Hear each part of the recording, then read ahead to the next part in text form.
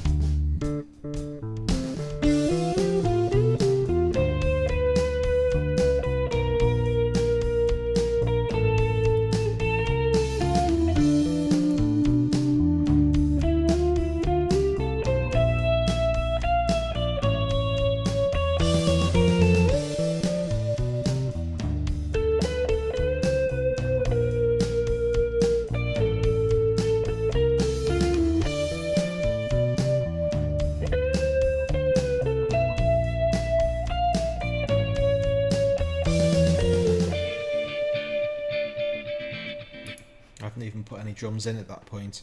So obviously an awful lot's happened and it's developed a completely different character. The first realization that I came to was that one of the problems that I was having was that I'd laid down lots of like sketchbook notes, musical motifs and ideas, and then layered on top of them without actually tightening them up. So at the moment I very nearly didn't unmute the guitar, but I thought, well, it's actually an important musical concept, so I'll let it go. But it's badly played and it's out of time, and the more things that you stack on top of each other that are out of time, the music just gets more and more diffuse. You can't hold it together, it doesn't sound good, it's not inspiring, and so you end up in this blind alley where you can't go any further.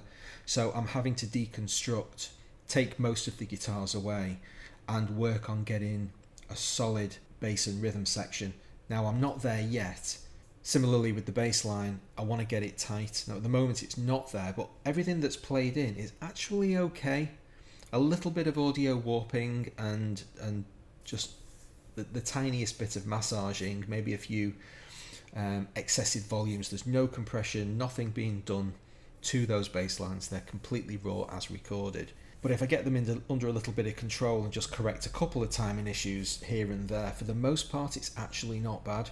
Just pick one out.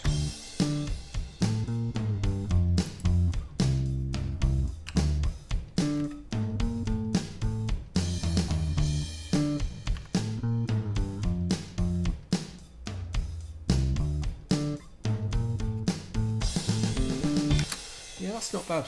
I'm pretty happy with it. It kind of funks. It's got more life to it than the previous bass line, which was lots of notes and not really very much melodic inspiration. It was just kind of putting me to sleep. Whereas this one, I'm finding that I'm humming and it's got a little bit of syncopation to it, and it's kind of cool and it's great to play, and I'm having more fun with it. So I think that's a stronger foundation for the song and will help everything else.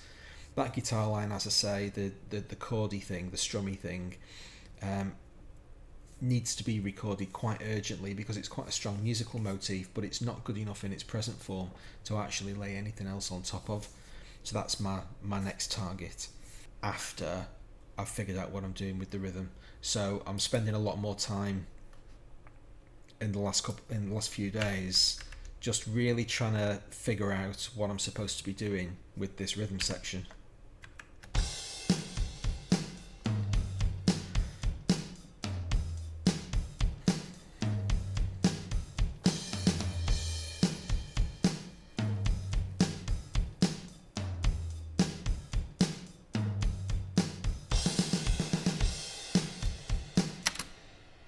So again, it's got a nice feeling to it. All on its own, it sounds pretty good. Those are the Simon Phillips drums from Groove Agents, and they sound fantastic.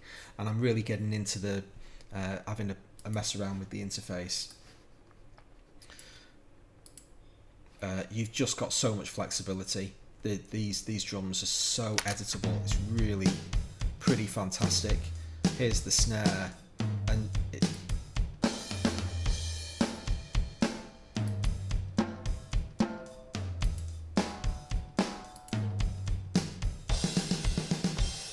all of these controls really matter. They really dramatically affect the sound.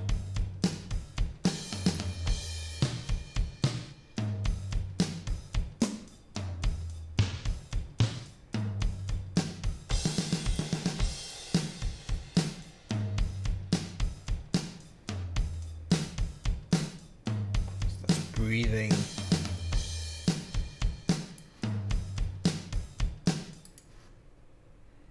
So yeah, I'm quite happy to become a fanboy of Groove Agents. These acoustic kits I'm starting to learn are pretty awesome and definitely worth the investment. So when we add the bass and the drums together, we're starting to get something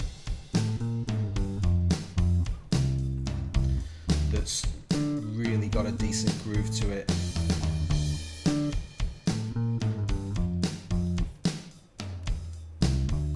And I think with that foundation, I've run too far. I've stretched the elastic band too far, and it got to the point where everything snapped. You can see that they're very sparse vocals. Obviously, the vocals haven't been recorded yet, but we've got 3 piano guide vocals, and that's all the lyrics that are actually going to be in the song, all the vocals that are going to be in the song. This bit up here was previously a guitar line that I said I thought I was going to turn into a vocal passage, so I've put that guide vocal there. And then the solos were recorded. These are the solos that go around the modulating Dorian and harmonic minor thing, so it took me a while to get my head around what those notes were, oscillating every two or four bars is two. Kind of challenging to figure out a decent playable solo. I like them. The second solo needs to change, because when the bass line's doing its thing and doing the step down, I really want to get at least one completely synchronous playing of the guitar doing that as well, so the bass and the guitar come together and really punch out those notes and emphasize that kind of walk down thing that I love so much. I think it gets a little bit lost if it's just the bass doing it on its own and the solo's doing something over the top.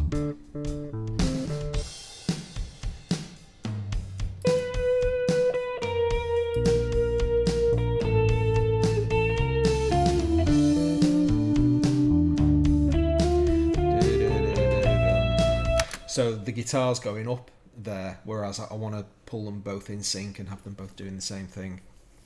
So a bit of re-recording on that one.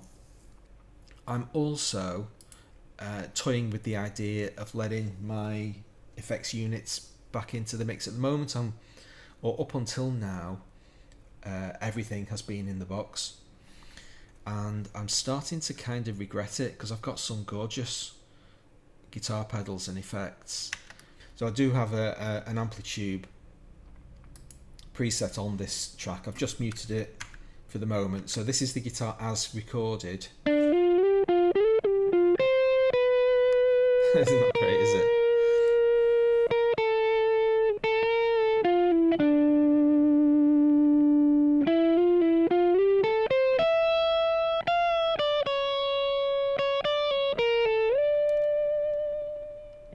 So that's a GT100, Boss GT100 preset that just gives me that warmth of sound, all that saturation and colour in the tone.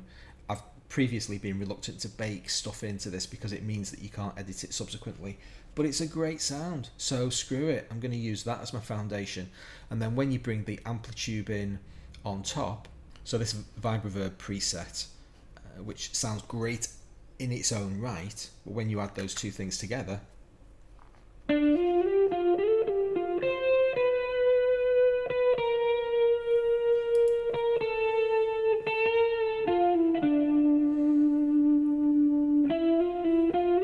sounds kind of dirty and nasty. I like it.